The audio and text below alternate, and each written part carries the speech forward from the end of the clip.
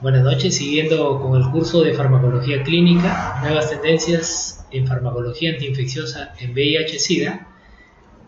Vamos a continuar con el capítulo concerniente a interacciones de fármacos antirretrovirales.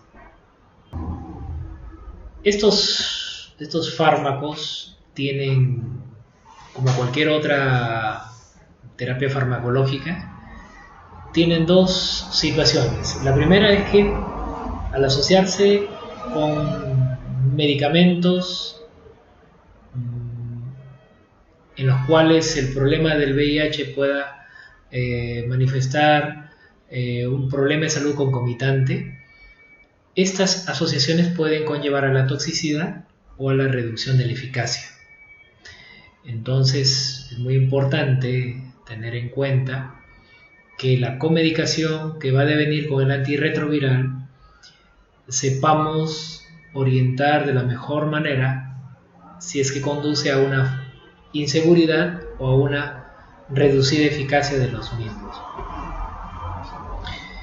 Uno de los procesos que se tiene a bien dentro de los antirretrovirales es darle una mirada a los mecanismos farmacocinéticos que los fármacos, siguiendo el esquema LADME, la liberación, absorción, distribución, metabolismo y excreción, tienden a generar algunas anomalías dentro de estos esquemas. Por ende, por ejemplo, si la absorción se ve alterada por un fármaco precipitante, esto puede alterar, en este caso, la biodisponibilidad del antirretroviral. Y si lo vemos desde la distribución, en la cual el fármaco libre es desplazado por mayor cantidad, lógicamente va a tender a aumentar la concentración y de hecho aumentar la toxicidad. En el caso del metabolismo, sabemos de que un fármaco que es inhibidor en un antirretroviral, lo que va a hacer es que en ese antirretroviral aumente la concentración del esquema targa, o en su efecto, si induce o hay una inducción enzimática, el antirretroviral tenga la tendencia a disminuir su concentración. Todo ello pone en pie que los fármacos antirretrovirales, como fármaco blanco, pueden generar algunos principios de alteración frente a otros llamados precipitantes.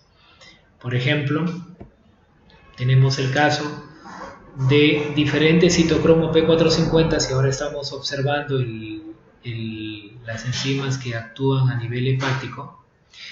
La mayor proporción de CYP3A4 son, diríamos, aquellos citocromos que metabolizan con mayor cantidad el metabolismo de estos, ¿no?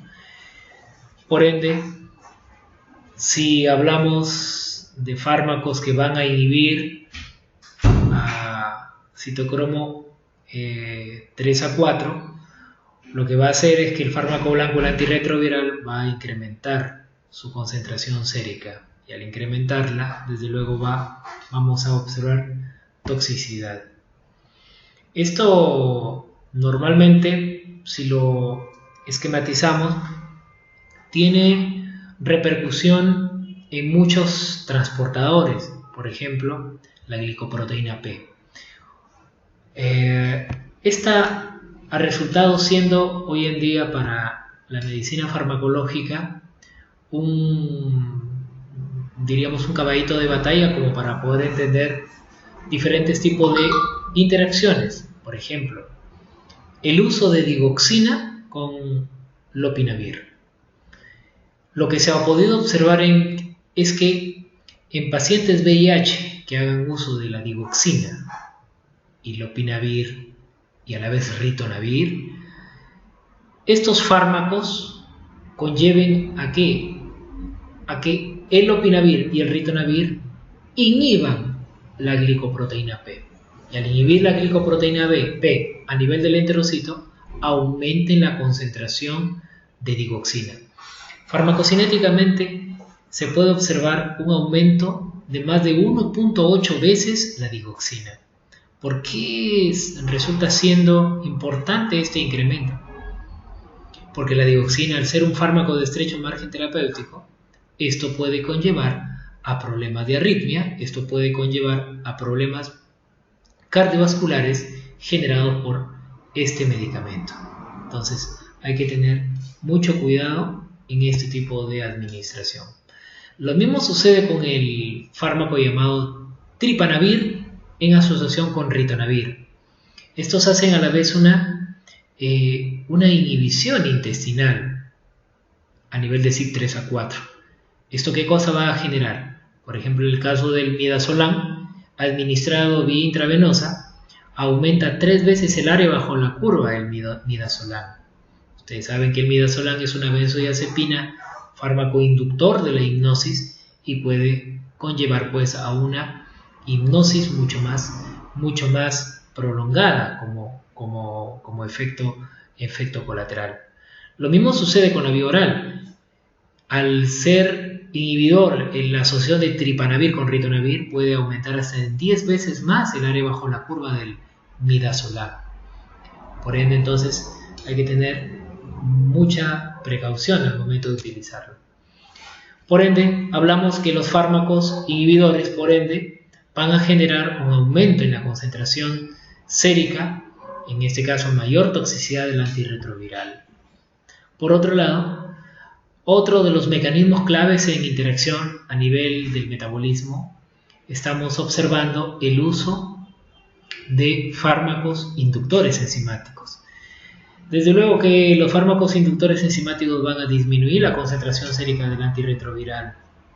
Esto, desde luego, en el caso de la rifampicina, la fenitoína, el ritonavir, que son fármacos inductores, van a conllevar a que especialmente los inhibidores de proteasa, en este caso, puedan verse afectados, disminuyendo su concentración sérica y generando también como respuesta final la ineficacia de estos antirretrovirales. Pero también el uso de la hierba de San Juan, más conocido como hiperico, un recurso natural utilizado como terapia antidepresiva, que en muchos pacientes con VIH seropositivos, al utilizarla junto con antirretrovirales, pueden también determinar una disminución en la eficacia de los mismos. Entonces, hay que tener mucho cuidado también desde el punto de vista de la inducción enzimática.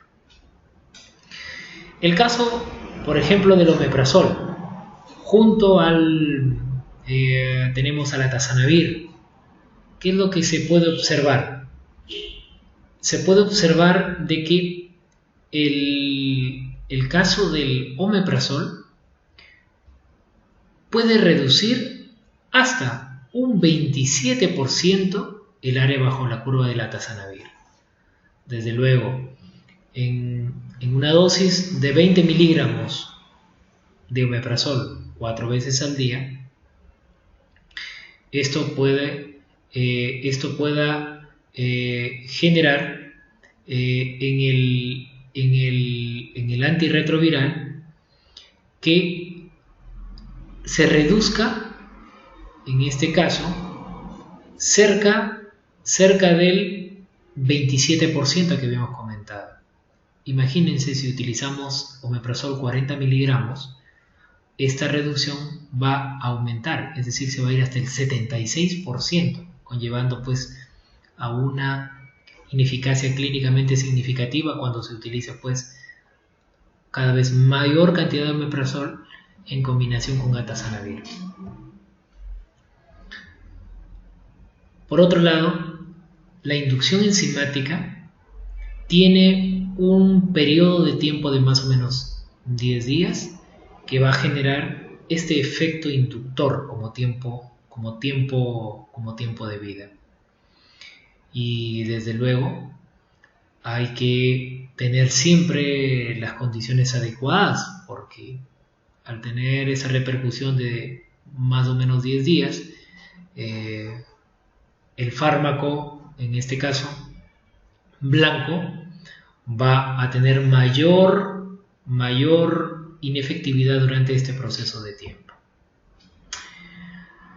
¿Qué fármacos inductores tenemos? Clásicamente están los fármacos, la rifampicina, la isoniazida, drogas anticonvulsivantes como la carbamazepina, la fenitoína, el fenobarbital, y habíamos comentado también la hierba de San Juan o hipericú. El caso de la rifampicina y la inducción enzimática hacia el opinavir, ritonavir, a modo de poder ejemplizar esa situación, es que con 400 miligramos, 100 miligramos de lopinavir y ritonavir 2 veces al día respectivamente, las concentraciones séricas de estos medicamentos van disminuyendo hasta un 90% cuando se administra rifampicina. Estamos hablando en una concentración de 5 miligramos por kilogramo de peso corporal. Mientras que la dosis puede corregirse si se aumenta de 400 miligramos de lopinavir a 800 y de 100 a 200 de ritonavir. Imagínense, entonces estamos viendo de que va a requerir una dosis ajuste cuando el uso de rifampicina convencional como antituberculoso se esté utilizando con estos fines. Es necesario corregir, en este caso, la dosis del inhibidor de proteasa. Por ende, hay y existe toda un fenómeno de tener en cuenta que la inhibición y la inducción son importantes dentro de los antirretrovirales. Por ejemplo, la inhibición ocurre rápidamente.